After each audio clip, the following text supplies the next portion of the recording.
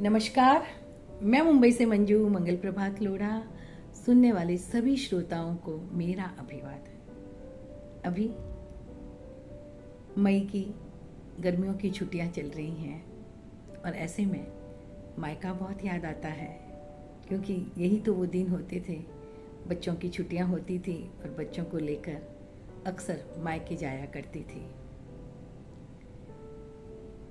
कि अब मायके जाने पर बाबूजी स्टेशन या हवाई अड्डे पर लेने नहीं आते।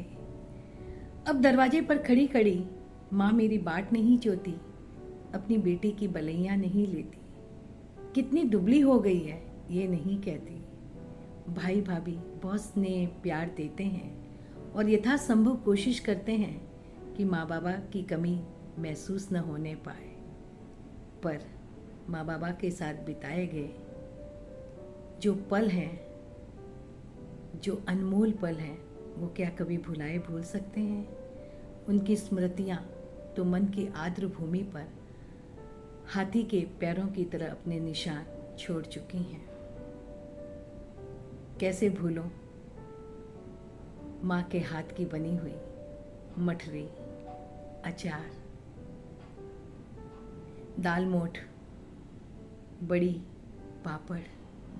बहुत याद आते हैं माँ तुम्हारे हाथों से बने हुए वो सारे पकवान जो तुम मेरे आने पर बनाया करती थी और बड़े प्यार से मुझे खिलाया करती थी। जिद कर कर के मेरी थाली परोसती थी। कई बार तो एक एक कौर अपने हाथों से खिलाया करती थी। याद आती हैं मुझे आज भी वह सारी बातें कि कैसे बिटिया के ससुराल जाने के 10 दिन पहले ही तुम्हारी रसोई में हलचल मचनी शुरू हो जाती थी।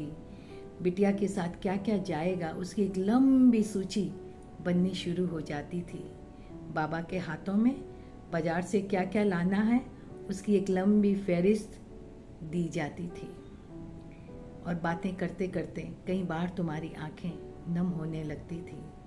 बाबा आते जाते सिर पर हाथ फेरते आशीर्वाद देते हैं। कितने सुंदर थे वो पल, आज भी याद हैं, जब हम सभी रात में बैठकर एक दूसरे से बतियाया करते थे, बचपन की यादों को फिर से जिया करते थे। मैं कई बार सोचती कि फिर बचपन की तरह आपसे लड़ूं, रूठूं, अपनी एक एक बात जीत करके मनवाऊं।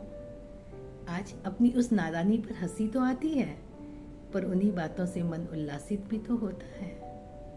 माँ, तुम्हारे लकीरे वाले हाथों को देखकर उन्हें चूमने को मेरा मन करता था।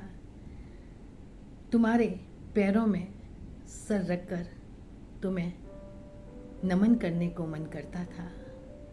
तुम्हारे रूखे बालों में तेल लगाकर तुम्हारे बाल बनाने को मन करता था। तुम्हारे लिए अपने हाथों से पकवान बनाने को मन करता था। तुम्हारी सारी इच्छाओं को पूरी करने का मन करता था। माँ की माँ बन जाने को मन करता था। माँ की माँ बन जाने को मन करता था। बाबा की उंगली पकड़कर सुबह सुबह सैर करने चली जाया करती थी और उनसे घंटों बतियाया करती थी।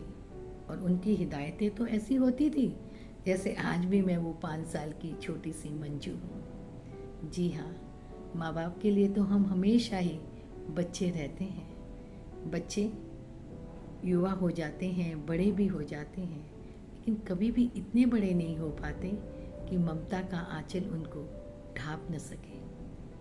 अब मायके आने पर खाली कमरों में माँ बाबा को ढूंढा करती हूँ और एक एक कमरे की दीवारों से लिपट लिपट कर उनसे कई बातें करती हूँ, जैसे कि माँ के आंचल से लिपट कर अपने सुख दुख बांटा करती थी। और अब फिर जाने पर हर कमरे में घूमती हूँ, माँ बाबा को महसूस करती हूँ और कमरों की दीवारों से फिर लिपट जाती हूँ कि न जाने फिर अब कब आना होगा। माँ बाबा की तस्वीर के सामने सिर झुकाकर प्रणाम करती हूँ, उनसे आशीर्वाद लेती हूँ। भाई भाभी के परिवार को ढेरों आशीर्वाद देती हूँ। भाई के भाल पर तिलक लगाकर उसे रक्षा सूत्र बांधकर फिर मिलने का वादा करके चल पड़ती हूँ।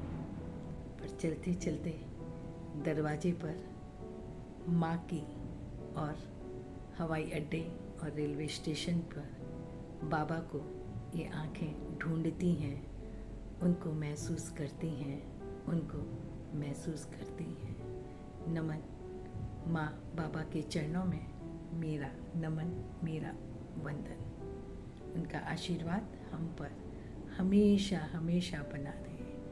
कहते भी हैं ना कि माँ बाप की सेवा जो करे वो चारों तीर्थ धाम पाए, और उनके दिल से जो आशीष निकले ना वो तो भगवान से भी टाली न जाए, भगवान से भी टाली न जाए। कि समंदर का कहीं छोर नहीं होता और बच्चों की किलकारी शोर नहीं होता।